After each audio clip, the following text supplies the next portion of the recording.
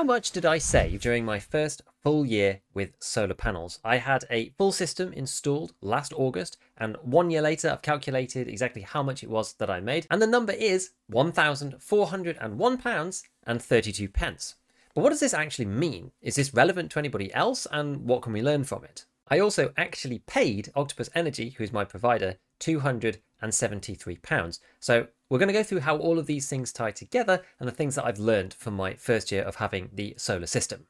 First things first, where does the £1,401 actually come from? Where is that calculated? Well, this is basically the difference between what I would have spent if I didn't have solar and what I did end up spending with the solar array installed. And there's kind of two parts to this calculation when you're looking at the solar side, which is firstly the sun coming in and effectively giving you energy for free, quote unquote. And the second part of it is the change of tariff. Some of these flexible tariffs are much better in terms of pricing than the regular one that you would have been on if you hadn't moved over to a solar panel system, and that can be quite powerful on its own. For me, I moved onto Octopus Agile, and this means that you get a new price every 30 minutes, and you can see this on the previous day. Octopus published the prices at 4 p.m. every day for the following 24 hours, starting at midnight through to the following midnight, so you can plan ahead. This allows people with a battery to charge from the grid when it's cheap and then use it within the house when it isn't. And this gives you a lot of flexibility, and you're also helping manage the energy demands of the grid as well by avoiding using electricity in the peak period, which is 4 p.m.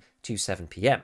Now, I was not always on Agile. I actually started on Octopus Flux, which is a different tariff and is a little bit more like Economy 7. It has 3 bands, a cheap period in the night, a regular period in the day, and an expensive period in the evening. And the advantage of Flux is that the export prices also mirror this. There's a spread between the two, but the prices in the 4 to 7 period for exporting are very, very good. The problem for me was that the average price through the day is usually just the price cap that you get from Ofgem, so the standard price that you'd be on if you were just any old regular user of electricity. Whereas when you look at Agile, because it's on a 30-minute pricing basis, often you can get the prices a lot cheaper than Flux on the way in. Because of my specific situation, I work from home and I have 2 kids, which means we use a lot of appliances. We're actually quite a big user of electricity. So I end up being a net importer overall of electricity, and the benefits that come with paying the cheap import price over having a slightly better export mean that Agile makes more sense for me as a user. I would imagine that Flux is probably better for people who have more power generation than they can use, and they don't need to top up that much overnight, but they can utilize the 4 to 7 p.m. period to export at a better rate than on Agile. Whereas for Agile, I think if people are importing every single day, then it is probably worth being on that, because you can import at cheaper prices than Flux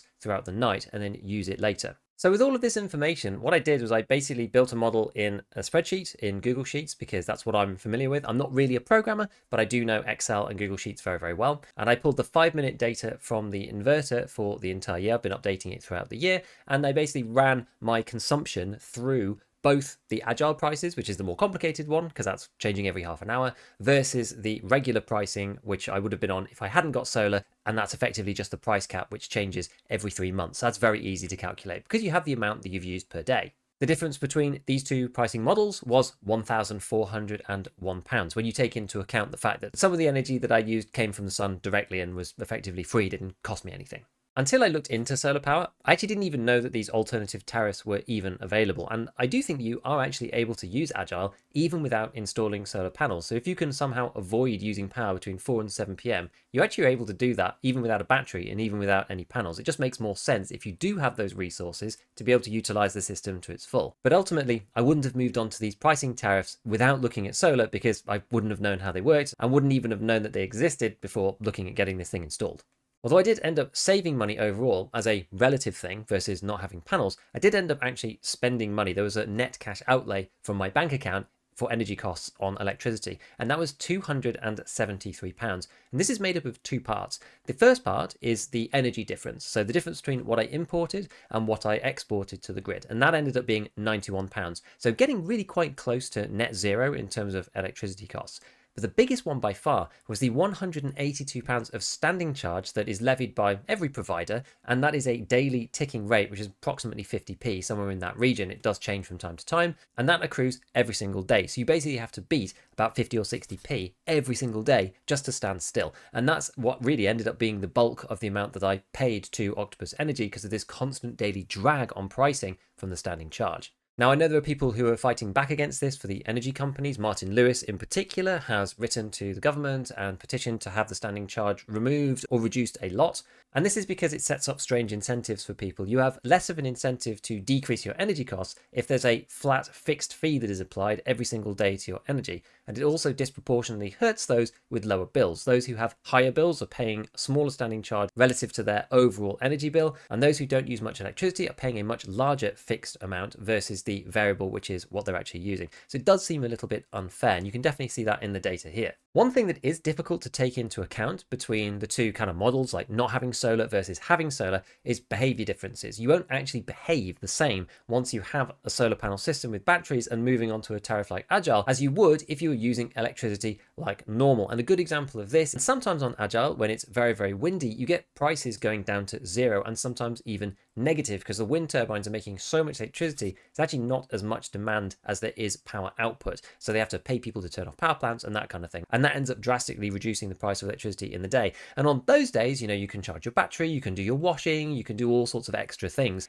Whereas if you're a regular user of electricity, you wouldn't be seeing that benefit, so you probably wouldn't be using it at those times. And there's certain situations where I've ended up charging my battery and then actually exporting it later on. And in my spreadsheet, I did actually try to manually account for that. On any day where I did any kind of fancy shenanigans around the zero power pricing, I did actually enter that into the spreadsheet, so it discounted it away from the standard use of electricity, because if I wasn't on Agile, I wouldn't be using the system in that way. So I did try to account for that, but there's no way that you can completely replicate exactly what you would have done if you're a regular user of electricity versus being on something like Agile. But even this doesn't tell the full story, and let's take a look at a few things in the data that I've uncovered and charted over the past year that we can have a look at. So when I was first getting the system installed, I was estimated to be using about 5,745 kilowatt hours per year, which is quite a lot. We're a big user of electricity, as I said, and this turned out to be 5,737. So the estimate was very accurate. We were only 8 kilowatt hours different, which is about 1 day's usage. So that was an amazingly precise prediction. Over the year, I received 4,389 kilowatt hours of solar power, and this came from my 5.8 kilowatt peak system with a 5.8 kilowatt battery, and we've also got a 5 kilowatt Solax inverter, just for some extra information in case you're interested. And on top of that 4,400-ish in solar energy, I imported a further 3,800 kilowatt hours. The flip side of that, I exported 2,500 kilowatt hours to the grid. And as you can see, I'm a net importer by approximately 1,400 kilowatt hours per year. What's interesting here is the power of Agile. So I imported 3,800 and this cost me £477. I then exported 2,500 and this paid me £385. This is where the difference in energy comes from that we saw earlier when I first talked about this at the beginning, of £91, which is what I had to pay to Octopus, and then there's the standing charge on top of that. But what's more interesting about these numbers in particular is that I brought in 54% more energy than I sold to the grid, but I only paid 24% more for it. And how is this possible? Well, with Agile, your input pricing is variable and moves around. And over the full year, my import price on average was 12.4p. Now I have a fixed export rate of 15 pence, and that gap there means that I can effectively import more than I export and still keep it pretty much flat. As you can see, it cost me £91 to import an extra 1,400 kilowatt hours or so, which is quite amazing. And that's how we ended up keeping so flat. Because if you utilize the system in a clever way throughout the year, you could try to minimize the costs and make it as small as possible. I also have data here about summer versus winter and looking at the different months, what we actually managed to achieve. Now, this first month in August in 2023 isn't really relevant because that was only started on the 22nd of the month. So we can kind of discount that. But for the rest of them, the most power producing month was June, which provided 678 kilowatt hours. And the least providing was December, which is probably no surprise to anybody at 71. But there is a stark difference between these two. It's nearly a 10 times reduction in power during the winter versus the summer. And obviously you've got tons of export left over for the summer months, exporting out 452 kilowatt hours, which is about 2/3 of the production. Because this goes out at 15p and my import prices have been down at about 12p, this actually ends up working out. I'm kind of impartial as to whether I export energy or bring it in at another point in the year. So long as those prices are lower than the price that you're exporting at, it's actually fairly easy because you can just tap into the grid when you feel like it, and then anything that's left over, anything extra, you can export at a slightly higher price, 3p more than you brought it in at, for example. So this is quite easy, but as prices go up and actually end up going over the export price, this is where it becomes a little bit more complicated, because you really don't want to be exporting if you can help it, and you want to be using as much internally as you can. This is more important at the moment because the prices are more about 15 to 20 pence right now than they have been previously, where they were more down around 12 to 15p during the night and during the year. Then we've also got these plunge pricings, which go down to about 0, and those affect the average quite a lot because they're quite far away from this sort of 15p middle ground that we've seen on Agile over the past year. So that's basically all as expected. Now, another one that's interesting is if you look at this data, but on a daily basis, you can see the dramatic difference between different days. Some days, if they're completely unclouded, and I think our best day, if you look at the chart, we ended up with slightly over 30 kilowatt hours made, with about 35 or something. And even in the summer, even in the peak of the summer, you can get days where it's completely cloudy and it's very, very thick and you're only making 8 per day. When you get into the winter months, you have days where you practically make no power whatsoever, and so you're really relying on charging the battery and utilizing that energy in the pricing periods where it's the most expensive, or the 4 to 7 peak for sure, and maybe some other periods earlier than that. But outside of that, you're really not getting any solar energy at all. So it's quite surprising to see just how dramatically different it can change depending on what the weather is on that particular day, how thick the clouds are, and what time of year it is. In these periods of time where you're hardly getting any power, it gets even more complicated to try to figure out exactly what to do, because you're estimating on how much should I top up from the battery, and you don't want to charge too much when it's really expensive, but if you use too much, then you might end up using power in the expensive period. So it is quite difficult to work out exactly what you need to do, and you pretty much just have to have a plan for how much you're going to use the oven and which appliances you're going to use to know how much to top up with, so that you don't have any nasty surprises. So looking back over the past year, what would I have done differently? I think number one is I would have been on Agile earlier. I wouldn't have bothered starting on Flux, but I felt like I needed to in order to learn the system and not get too confused with lots of different pricing in 30-minute periods and all that kind of stuff. It was much easier because I could just set my inverter to do exactly the same thing every day, and I knew that the times weren't going to change and I didn't have to stress about it. But it did take me a couple of weeks to about a month before I ended up converting over to Agile, after I realized that there were a lot of benefits there based on how I was using my system personally. For some people, Flux will work out because on average you will end up getting a much better export between 4 o'clock and 7 o'clock, but that's the time that we end up as a family using some electricity. So for us, it doesn't really make sense to try to benefit from that pricing period, when instead we could benefit from lower import prices that we can just use at other times in the day. Another one was trying to use the grid where possible when the prices are roughly equivalent to the export price. And the reason for this is that if you charge up your battery from the sun, for example, you lose some energy on the way in. There's heat and losses when it's being transformed from